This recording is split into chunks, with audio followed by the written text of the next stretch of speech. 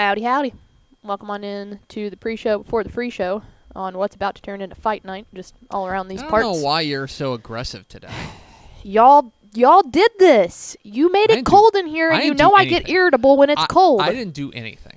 That's not true. I left for one afternoon. I left you men here for one afternoon, and I come back, and y'all are like, it's so hot. We got him to turn on the AC. And I was like... So wait a second. So now I am the avatar, and I'm the representative for all men? No. I'm saying you're just the man in front of me that I can yell at. I'm saying me, Greg Tepper, didn't do anything.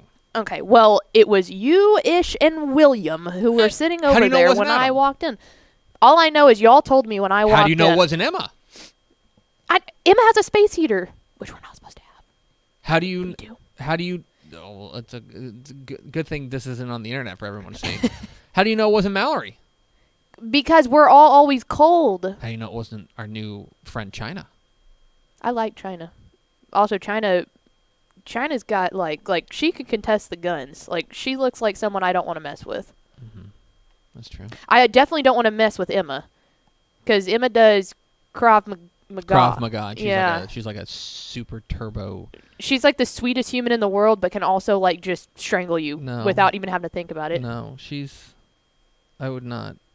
She's walking away, and I'm just making sure she's not running. She's not running in here to Cheeto chop my neck to ruin me. Okay, so Pickle, I think we've been doing this show together a while, right? Mm-hmm. I think you know that I love America. You support the troops. Look at my shirt. I love America. The troops, okay? Yeah. Love it. Think it's a great place. But you're not super hot on 4th of July, though, right? Yeah, because, I don't necessarily celebrate the birthday of everybody that I love. That seems like a bad way to go about life. It's also had a lot of birthdays. You know what I mean? It's had enough. You get to 250-something, that's enough. Anyway, all that's to say, I love America, but I think it's time to admit that we're no longer number one. And I know that that's a controversial opinion, but I think we need to come to grips with it. Because we've been overtaken, Pickle. Now, you have not seen this video. No, you told me I wasn't allowed to watch it. You're not allowed to watch it because I want your like actual reaction to it. Okay. But I think the United States has been surpassed by another country as the greatest country on earth because we don't have this.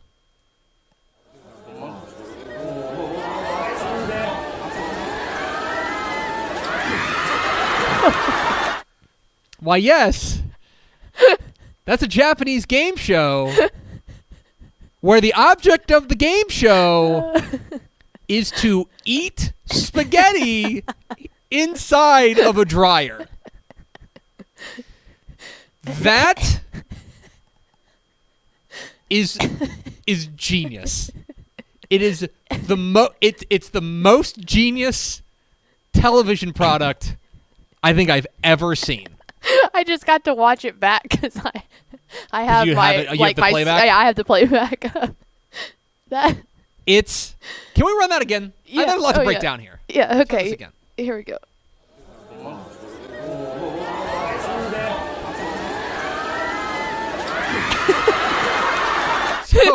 So what's remarkable about this is that it starts slow. Oh yeah, because you haven't gotten to the spin cycle yet. And you're thinking, okay, I could do this. Like, yeah. I'm uneven. Like, oh my gosh. It's going to get a little messy, but I can do it. And by the way, eating with chopsticks. Yeah, okay. I was fixing to say, underrated part number 1. Noodles with chopsticks. Tough scene. I mean, you got to be good at that. It is. So, and I am not. I've going tried. Back and forth. It's slow. It's slow to start. Yeah, it is. And but you're thinking on like the third rotation back, you're thinking, that's inconvenient. Yeah, but I you could get probably like do that. 4 full chopsticks to your mouth, and you can probably do it. And then it hits overdrive, and you start turning upside. Here we go again. Right there. I mean, you want to talk about turning into warp speed right there. Can we do that? Also, Oh, my side. you have to be small enough to fit in a dryer, which is the other. That's the problem. I don't think I could fit in a dryer. Yeah, I could. You could, but you'd be uncomfortable. I was fixing to say You're very long. Yeah, but like the good thing is my torso is so I am. For anyone I guess who has never seen me like full body in person, I am extremely uneven. Like I'm about 3/4 legs, so my legs would be like way up here. But for eating purposes, like my torso would fit. Yes. Malpal would be good dryer noodle eater size. What a compliment. What a compliment. Anyway, Japan's got us beat, guys. Like I don't think there's any doubt about that. No, Try arguing that fact. Try arguing it. They're the superior country. You can't. It pains me to say it. I love America. I want us to be number one in everything. So television executives, the onus is on you. Come up with the next eating spaghetti in a dryer. Hit the theme expo. Pickle! Hit the arrow sign.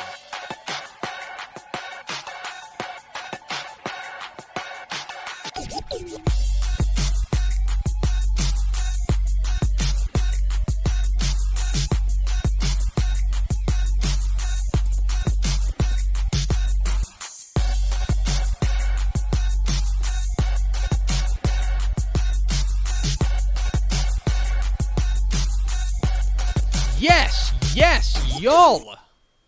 From the Dave Campbell's Texas Football Mothership here in beautiful Lewisville, Texas. It is Texas Football Today, a show no one asked for.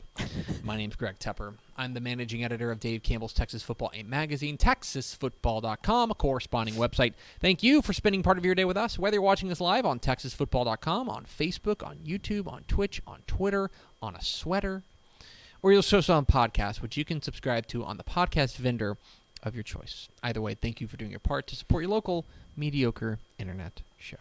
I am sitting over there at the helm today, making us sound good. She's the Duchess of the Dorks with suddenly a craving for spaghetti. She's Ashley Pickle. Okay, there's a lot of things to say here. First off, hi everyone. Second off, I'm really sad that you don't get my SpongeBob references because you set me up perfect with your sweater comment, but I won't even waste my time. 3, I would like to try the dryer thing. I don't think well, okay, here's the other thing. I've had like 6 concussions, so I don't know if that's like the smartest play for me. Like I would need probably a helmet. If my mom saw me do that, Trish, I might just... We're talking about, if you missed the pre-show or you listen to the podcast, oh, yeah. We're talking about eating spaghetti in a dryer. Yeah. As you do. As you do on a normal Tuesday afternoon. I think LP would be here for that. I think my mom would come up here and beat me. I don't think she would, because I think your mom's a lovely lady. This is true. Today is Tuesday, April 12th, 2021. It is 226 days until Thanksgiving. Happy birthday to... Anybody got a birthday today? Anybody born today? I don't think anybody's ever been born on One of April my 12th. friends named Lorena's birthday is today. Happy birthday to... your friend. I don't know. It's a bunch of TikTok stars. My goodness. Happy birthday to... There's got to be one. Ed O'Neill. David Letterman, 75. Ah, there you Happy go. birthday, I recognize some of these words. David Letterman. On today's it's episode 1367. On today's show, folks, back half of the show, we're going to have the founder and CEO of Playmaker Recruiting, Joseph Fischer. I had an opportunity to chat with him last week about what they do there at Playmaker Recruiting. Pretty cool what they've got set up there. So make sure you check that out back half the show. But it is Math Tuesday. Math Tuesday. And so we will be breaking down some Math Tuesday with regards to recruiting and why it may be harder to get recruited now than ever before, and why the shifting sands of recruiting are something to be considered. Dun, dun, dun. We'll get to that coming up here in just a moment. Do we have first 4 through the door? We sure do. It was Nick Morton, Robert Legow, Aaron Arbuckle, who commented, yeet, and Jacob McNeil. Welcome in, Prince. I'm more mad at you for shouting out. It was in all caps, too. It was a good one. Like, he revved back. Yeet. You got to stop. You got to Do stop. I, though? All right, Pickle. I'm taking a look at this. Yesterday was Monday, and tomorrow is Wednesday, which makes today Math Tuesday. It's Math Tuesday here on Texas Football Today, where we like to dig into math. Talk a little bit about math. So one of the things I do for each edition of Dave Campbell's Texas Football, and I'm working on it right now, is a piece called Recruiting Between the Numbers. Recruiting Between the Numbers is where we take a look at the signing classes of all 127 FBS teams across the nation, and just kind of analyze them in a bunch of different ways. I'm always, of course, one of the things that we want to see is which state signed the most kids. Spoiler. Yeehaw! Texas. We did it again. The king. One of those things, I'm always interested which school signed the most kids, right? Would you care to guess? The most Texas kids? Which kids? Texas high school signed the most players to FBS letters of intent? Ooh. In 2022. Duncanville? Wow. Is that ding, Ding, ding, ding, Let's ding. go! Wow. Woo! Well done. I'm retired. We're done for the day. But we also break it down which region of the state brings out the most. Which teams do their most recruiting in-state? Things like that. We break it down a lot of different ways. It's a fun piece to do. Yep. It's an exhausting piece to do because one of the things you have to do is make a database of every recruit who was signed in 2022. And that's a lot because there's 127 FBS non-service academy schools. So let's hit this with a disclaimer. Okay. Disclaimer. See, I'm wearing my beautiful Army shirt from our friends at Home Field Apparel. The mule. Okay.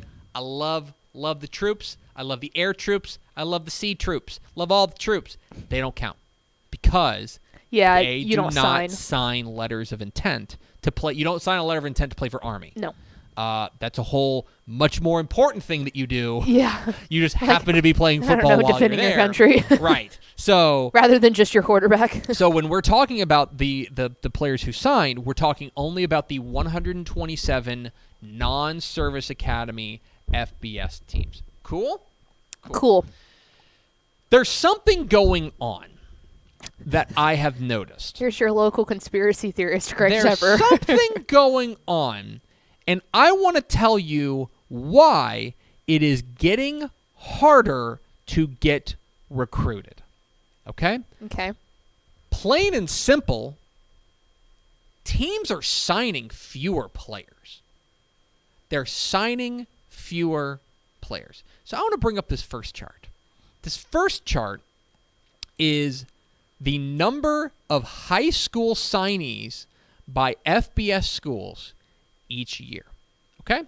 Start in 2017. 2,442. Okay? 2442. And by the way, if you take a look historically, that is about 2,400. Between 2,300 and 2,400 is a good, ballpark area for the number of FBS kids who are going to sign FBS. Once we got to the 128 or 130 schools, it's about 2,400 is a good ballpark for that, which should make sense, by the way, because considering the fact that you're talking about, if you're talking about 127 schools, right? That would be about 19 kids per school. Okay. Yeah, that seems right. Sounds about right. Between 18 and 20 is probably about the range for how many kids are getting signed. You look at 2018, 2,409. Okay, that's fine. Yeah, about the same. 2,361, 2,320, stuff like that.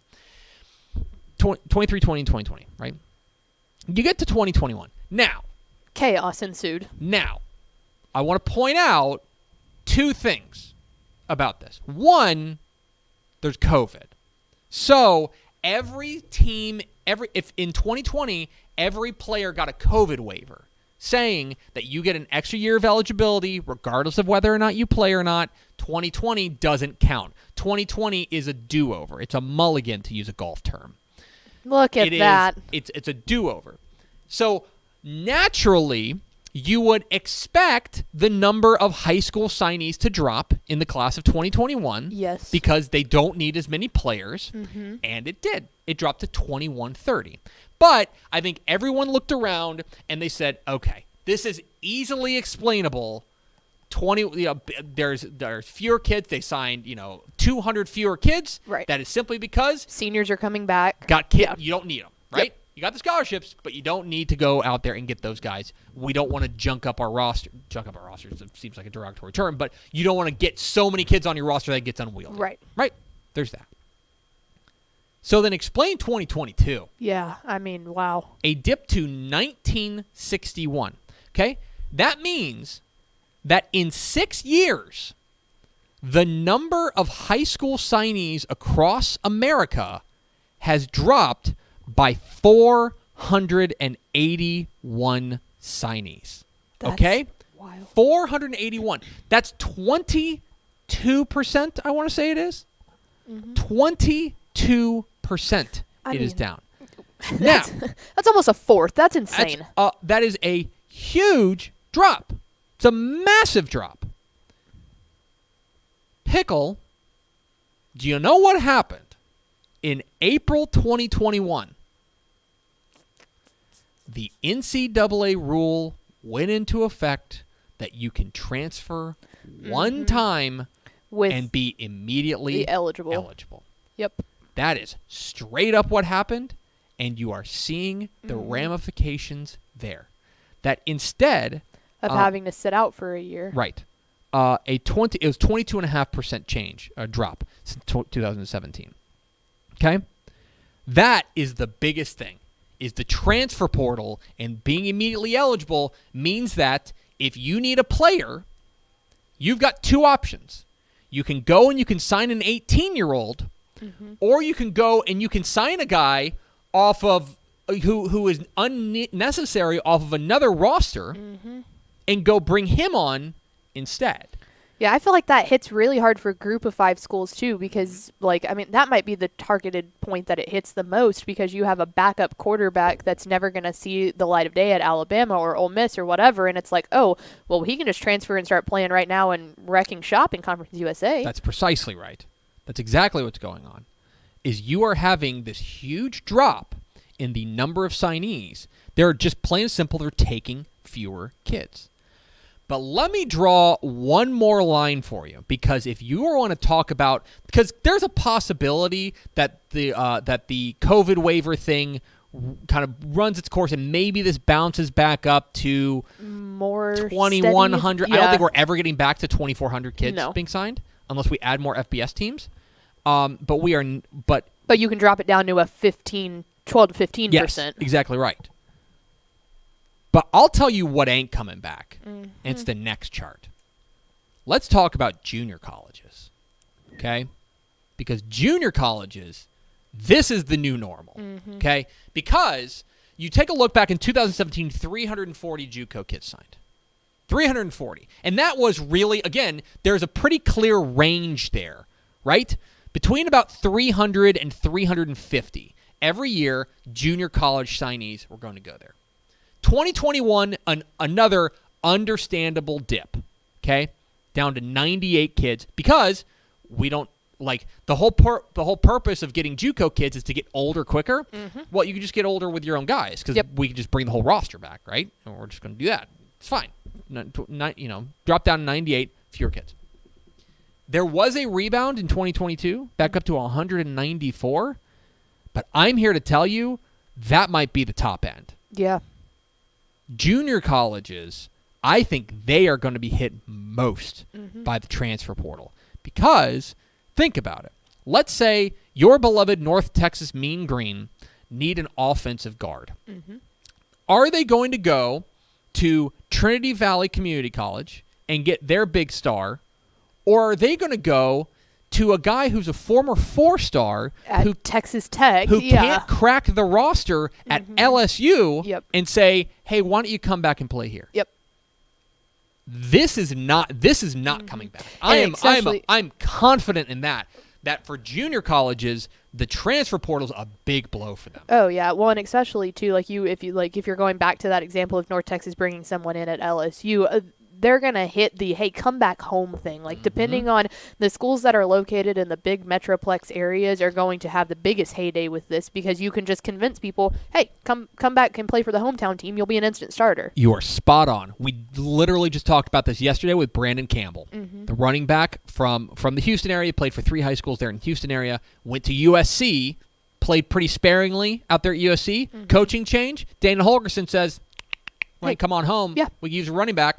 Yeah, you can start. You can play in front of your family every single Exactly right. weekend. You can be home and have mom do laundry. It's like, I mean, I think that if you're looking for the tangible ways in which the transfer portal has changed the game, it is coming down to things like this. Mm-hmm. It's coming down to fewer high school kids and especially fewer junior college kids signing letters of intent and going to play in FBS. Mm-hmm. I think it's just I think it's the nature of the beast. Yep. Because you're still going to have Alabama go out there and sign a 21-person class. Absolutely.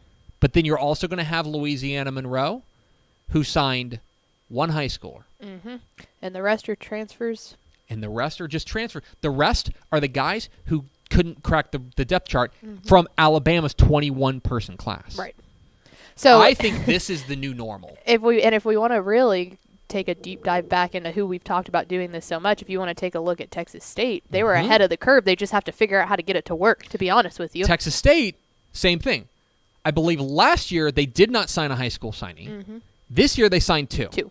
Yep. So they've signed 2 in 2 seasons. Mm-hmm. Now is that production working? Right. But maybe it doesn't work, and maybe they fire Jake Spavital, and maybe they bring somebody else in, and maybe they say, okay, we're gonna go back into that. But for every school that's like that, there's going to be another school that goes the other way. Right. Well, and I think, too, that we talk a lot, obviously, about the Texas programs, and so there's a lot of times where when someone does that and they don't take advantage of the Texas high school talent, then we say, well, you're kind of dumb for doing that. But if you obviously that data tracked for everyone in the entire country, and not everyone has the pick of athletes that we do here in Texas high school football, so that definitely steers the curve there, too. Yeah, exactly right. So, I was finishing up that article last night for the magazine, and it shocked me. Yeah, that is wild. To put that together on a graph and to see that you've seen a 22% drop in the number of high school signees. I mean, heck, that's basically a third drop in junior college. Yep. And that's by the way after COVID, right? The COVID, I think we all agreed, weird year. 2021 was always going to be a weird football class. year. Yep. Well, now we're in 2022, and maybe there are some lingering effects. Yeah, of residual effect, but it ain't getting back to 2,400 high school kids getting signed, guys. Well, not in this new normal. I wouldn't be surprised if we go up and kind of plateau from there, but it's not spiking. Maybe we get to 2,000 again or 2,100, but it's going to stay right there. We ain't going to get back up to 2,400. There are 300 minimum, 300 fewer spots for high school kids across the country than there were 6 years ago. We are Texas Football Today. That's Math Tuesday. We are Texas Football Today. Math Tuesday. We're here every weekday at noon on TexasFootball.com, talking football in the Lone Star State. You can follow us on Twitter at DCTF, like us on Facebook, Facebook.com/Dave Campbell's. Follow us on Instagram, Instagram.com/Dave Campbell's. And, of course, see us at TexasFootball.com. TexasFootball.com is where you can find complete coverage, high school football, college football, and recruiting all across the Lone Star State. Hey, we do a magazine. We're doing a magazine. We're doing a magazine right currently. now. I was up late. Yes. Did you see my Instagram story? Yes. Yeah, you went and got your nitro cold brew. I was up working on softball notes. 9 o'clock. Yeah, by the way, tune into ESPN Plus tonight. Oh, God. Why? Yeah. For what? I'm going to give my go on ESPN Plus as a softball color commentator. Woo! So we'll North see how Texas this goes. SFA? Yeah. That's right. Yeah, it's a warm-up game for me. It's the first one I've ever done. So if you want to tune into bad softball commentary, I'm your gal. I don't know. I have high hopes. Oh, yeah. Thanks. Anyway, TexasFootball.com/subscribe. You can get the 2022 summer edition of Dave Campbell's Texas Football mailed to you before it hits newsstands. Go to TexasFootball.com/subscribe. Pay for Tepper's 9 p.m. nitro cold brews. Thank you. Yes, please do. Yeah. Don't let my heart exploding be in vain. You know? All right, Pickle. Last week, I had the great opportunity to chat with the founder and CEO of Playmaker Recruiting, Joseph Fischer. They're a partner of Dave Campbell's Texas Football, and we were able to talk a little bit about what they do, and just on what we were talking about finding, putting together these, how it's getting harder to get recruited. You might need some help to get Playmaker recruited. Recruiting is a tool that schools can use to help get their kids noticed out there. So had a great conversation with him about what sets them apart. Here's my conversation with Joseph Fischer of Playmaker Recruiting here on Texas Football Today.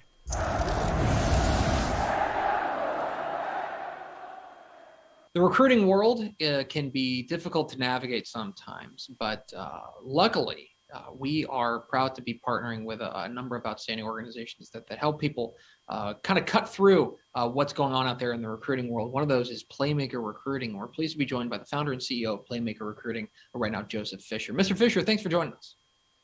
I'm excited to be here. Thank you for having me. So you started Playmaker Recruiting at playmakerrecruiting.com. And I'm interested in the why behind this. You know, we hear coaches talk all the time, you know, what's your why? What was it about this this company that had you so passionate about getting it off the ground? Yeah, so I'm from the Austin area, which has plenty of Central Texas talent. I came through the same class as Samaj P. Ryan, so there are guys who went to Hendrickson. I went to Pflugerville, so we had to play them every year, as difficult as that was. But I also had a lot of friends on the football team and my siblings who were better athletes than myself, who tried to go through the process to get recruited. And it can be extremely difficult, especially when you're at a school that don't have the staff to help promote you or help cut up your film for you, to try and get notice or trying to get to camps, especially some of my friends who didn't have sort of the economic circumstances to travel a lot, to do a lot of it themselves. It was something that I saw guys that really deserved a shot, who always put their best foot forward and were great performers on teams that maybe underperformed as a whole. And that's where I felt really there's a lot that could be done better. We see guys every year who don't get an offer to go to college, and then you see them all of a sudden show up in the NFL, wonder how that happened. And that's, there's a lot of my friends who struggled through that process. And so I thought there's got to be something better. And so you've created this organization, Playmaker Recruiting, at playmakerrecruiting.com. And I guess let's just, cut to the core of it. What is it about, Playmaker Recruiting? Because I'm sure other people have organizations that are in the recruiting space, but what is it about Playmaker Recruiting that you guys do differently that sets you guys apart? Yeah, we not only are we trying to help by providing a platform for your prospect list and things to get promoted out there, like you will see with some others, we provide a whole set of tools for your staff to also stay organized, for it to sync with all your internal records. You may have guys using Excel sheets, Google Sheets. Some guys are still using pen and paper. Instead of having to write something down once, write it down again for another coach, and then another coach has to go and upload it to that page, we have it to where it's all synced. Once it's entered once for your internal records, it's there on the prospect list. You have a new game and you did your production reports, it's attached to that kid's now their prospect sheet. So you're not sending out yet another email with your updates you put together. It's always live, it's always synced up. So coaches can spend what limited time they have adding that extra marginal help to the kids themselves instead of the record keeping and just data entry, which bogs down every, coaching staff, no matter how big you are. Yeah, we hear that from coaches all the time about how much work goes into it, plain and simple, just the hours in the day. And, I think if coaches could add hours to the day, I know they certainly would, and they'd probably spend it on things like recruiting. So saving time there is certainly going to be helpful. There's really two sides to this that I think I want to ask you about. The first is what we talked about with the high school coaches. What is it for you that you feel like stands out for Playmaker Recruiting that on the high school coaches side that makes it advantageous for them? Absolutely. So I think there's two elements. One is that sort of the integrated process. So like I mentioned, something gets entered once, you're never ever having to enter it again. Things like setting your goals for your strength and conditioning coach. Not only does your player now see that, but all your other coaches can see what goals they've set, what their last measurement was. The other big element is for the holistic approach for the players also having a hand in that process. There are some where it's completely player driven. There's others where it's completely coach driven. And not only can players contribute to their profile and the things that they're putting out there, whether it's their social media accounts or other information they can write about themselves. It also means that every one of those questionnaires that they get from every institution out there, all those core, questions that you're asked a million times, they're already there. You're not being asked and having to fill out the same, 90% of the questions over and over again. Yeah, we hear that all the time from coaches about getting the play, that the player has to help out with their recruiting as well. It can't just be all on the coaches and kind of vice versa. It can't all be on the player, the coaches. So it seems like it can help kind of seamlessly integrate all of those. Of course, that's the side that's putting something out there. There's got to be someone out there who needs to notice it, and those are the college coaches. And so I'm interested on the other side of it. For college coaches, why do you think that Playmaker recruiting is the way to go for college coaches? Yeah. So I think that also plays into the strengths that we have for the high school side. And that is that you have both the player and the coach involved. There's a lot of places out there where, a player can promote a lot of their information on social media, but that can get lost in the noise. And when you're dealing with unverified information, college recruiters always take that with a grain of salt, and that's just part of the game. And with having the coaches involved, providing sort of verified information and seeing that the players buying into that, it creates a sort of unified profile for the student athlete. And there's also much more visibility. If a college coach wants to know, okay, what's every running back in the Central Texas area, they can query that and see everybody, not just your guys that came up in the Austin American Statesman or somebody who happened to have one really big game and so made it to a front page. It may be the guy that's consistently putting up good numbers on a team that's playing a lot of tough games that just maybe isn't winning as much. And that's really where we're trying to help create a lot of visual, a lot of visualization and a lot more depth of information. Also gives a coach and a recruiter a lot more information armed when they go to visit, which, coaches are constantly sending out information and hoping it's getting through the email that everybody sends it to. Now it's kind of meeting in the middle where the information's being directly fed to the recruiting staff, and they can do it in a digestible way because they're also entering an absolutely enormous amount of information from everybody, from parents sending them emails to coaches to everyone. And it means that there's a lot more seamless integration and sharing of information. And it gives someone a better chance of getting that look versus getting lost in the noise or just get lost in the shuffle for when they happen to come by and visit. They missed them on that one. That may have been their best shot of getting eyes on them. Yeah, you hear that a lot of finding that hidden gem. And it seems like that's a little bit about what you guys are trying to do. He's Joseph Fischer. He is the founder and CEO of Playmaker Recruiting. You can find it at playmakerrecruiting.com. Mr. Fischer, certainly appreciate your time and looking forward to seeing what you guys come up with next. I'm excited. It should be a fun spring. Thank you so much for having me. Playmaker Recruiting joined us last week. Appreciate his time. Let's go over to Ashley Pickle for America's second favorite segment. Final thoughts, and are you excited about tonight?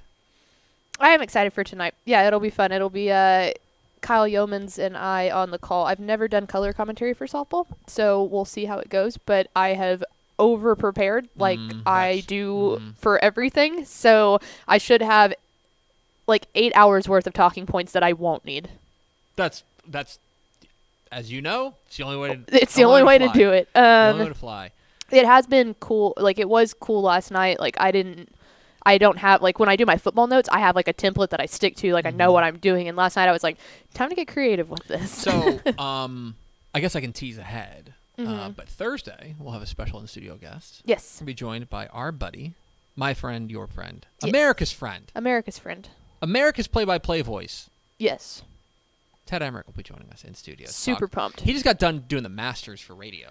So I have a lot of questions about doing golf on radio. I have a lot of questions as to how he can get me to say at least 2 words on that broadcast. So I don't know if he's there or if he's doing it remotely. I think he's doing it remote. I think he used to be there. I could be wrong about that. But one of the questions I have is how much do you never use on your broadcast? Like how much just goes into the shredder? I was going to say, but on the Masters, I mean, you got to think about how long they have. Oh, yeah. Like, I mean, that's hard to over prepare for something like that. I just mean general. Oh yeah, absolutely. I just mean like he did South Oak Cliff and Liberty Hill, yes. right? For Bally Sports Southwest. I want to know what percentage of his Yeah. I feel like Research it's went directly into the shredder. yeah, it's probably easier for a color commentator to have way more stuff than it is for play-by-play because primarily, I mean, they're talking about the game a majority of the time, but that is interesting. I'm excited. Anyway, so we'll have Excited for Teddy in on Thursday. It'll be fun. It's going to do it for us. Thanks for spending a little bit of your day with us. Watch ESPN Plus tonight. Follow us on Twitter at TCTF. Like us on Facebook, facebook.com/Dave Campbell's. Follow us on Instagram, instagram.com/Dave Campbell's. And, of course, see us at texasfootball.com. Thanks again to Joseph Fischer of Playmaker Recruiting for being our guest. For Ashley Pickle, I'm Greg Tepper. Vince Young, please get your Player of the Year trophy. We'll see you tomorrow. Texas football Today.